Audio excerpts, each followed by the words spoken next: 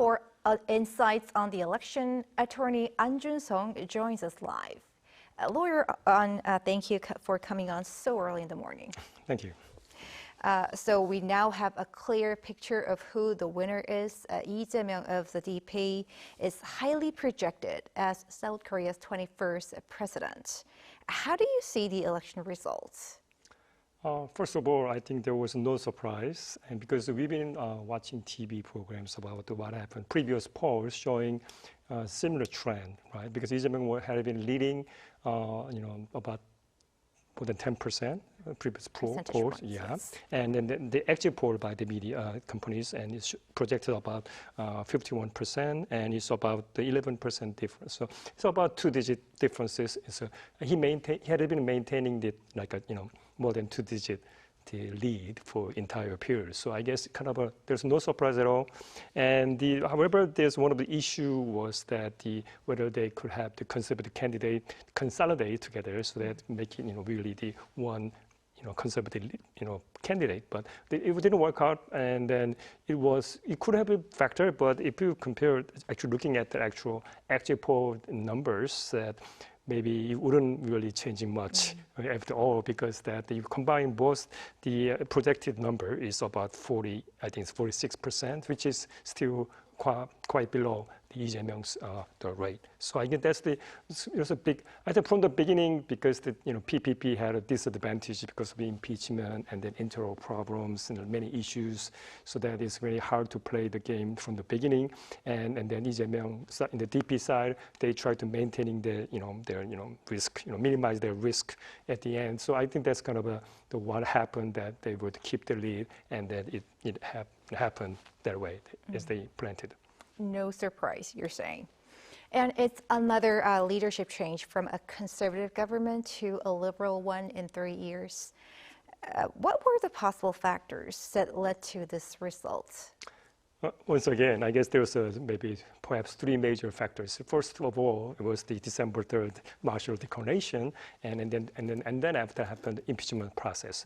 And there was even throughout the impeachment process, there was so much political issues came out from the both sides and different voices on the same matter. So that's really disappointed the public, and general public still have the anger against what happened in December 3rd, and even make them more angrier is that what really did and PPP, what they did, and they actually did really do a lot of unbelievable things. They even attempt to replace their candidate with Han Duck-soo, who is not a member of their party.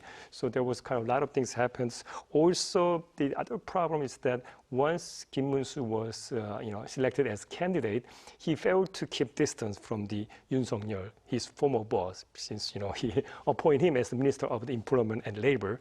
I think that's kind of connection really keep him from going forward. And that was an issue. Also, I think the last minute problem was that the internal problem within the PPP. They tried to replace their leader. Basically the candidate with the outsider, which was Han Duck-soo, former prime minister. I think that really disappointed even not only the general public, also the PPP members, because that's really disappointing. And then what happened was, as you know, that the PPP members, overturned whatever the leadership meeting decided. I think it's a very big impact on the public, not only the PPP member inside, even the outside general public look at how PPP, and the general public looking at the PPP. That's I think it's kind of a very big message against PPP. Now, I want to point out that the gap looks narrower this time when compared to the result in 2017 that was also when former President Park Geun-hye was impeached. So what's your take on that? That's very interesting, because I guess that comparing to Park Geun-hye's situation, Korea as a society become much more polarized. So I guess in a way that happened was that the people get much more polarized for maybe due to many reasons, and the way they presented themselves about political view, and is less willing to compromise with other people with different views. I think that's really a social problem and social issue in Korea, and then try to be, live in harmony, to try to understand, talk with people who have different views. I think there's things we need to do it, and then perhaps the next president should have the Jae-myung, if he could, he should have do something, to improve the, social relations issues, right? And Mr. An, he delivered his victory speech in Yeouido just moments ago. He covered a host of issues, from social unity, the economy, to North Korea issues, to name a few. And he seemed to have chosen his words carefully. What did you make of his speech? Well, I guess I was listening to his speech, on the way back to the studio. But it was very interesting because as I expected, he just focused on the unity, national unity. And he talked basically about the unity, and then tried to be, he tried to be president for all the Koreans, including those who not have, vote for him. So that's a good start. And since if it happens, if we can get more than half of the percentage, I think that's a good sign. And plus, and then his party, DP is controlling the National Assembly, and they have good, strong public support. I think that's a good starting point for him as a new president. Yeah. And the new government will be launched right away when the sun goes up. Without a transition team. What should we expect from the new president on day one? I guess first thing, we have to finish up the appointment process, right? I mean, have new people to work, so it will take some time and some of the positions have to go to the National Assembly. So approval, consent process, that will take time. And my concern is that really the urgent issue is the bilateral trade with the negotiation with the U.S. government. I think that's really urgent because that's really imminent, right? There's things that I guess you need to really appoint that Minister of Foreign Affairs right away, and trade issues.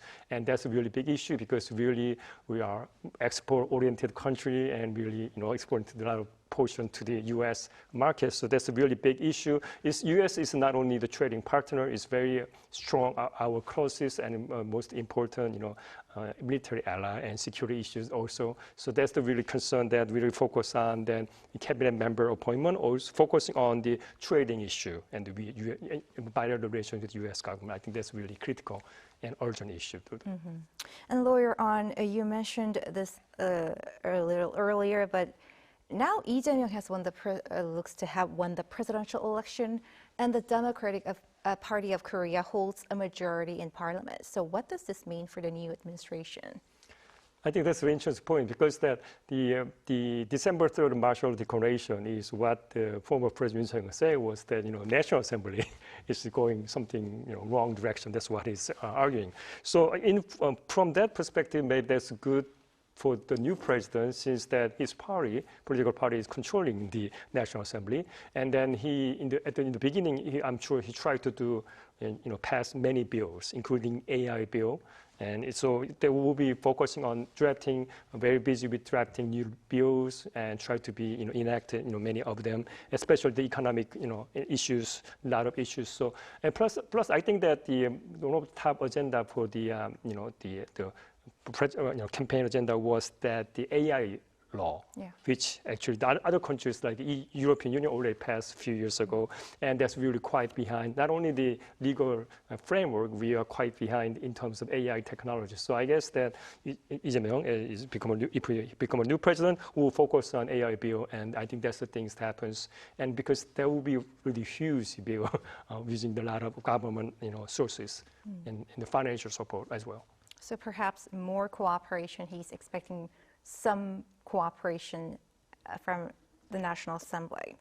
And this year's estimated voter turnout stood at almost 80%. That's really high, that's the highest in nearly 3 decades. So what does this number tell about voter engagement? Yeah, it's very interesting because that is exactly 79.4%, and it's about the highest within the 28 years. But it's interesting because if you go back to 28 years, there was like YS, DJ era. This really that, and right after the military, dictators, right? So that's really high rate, and I guess that there's a growing public anger against that not only the Yoon Suk-yeol impeached president, also the PPP, how they handle the situation.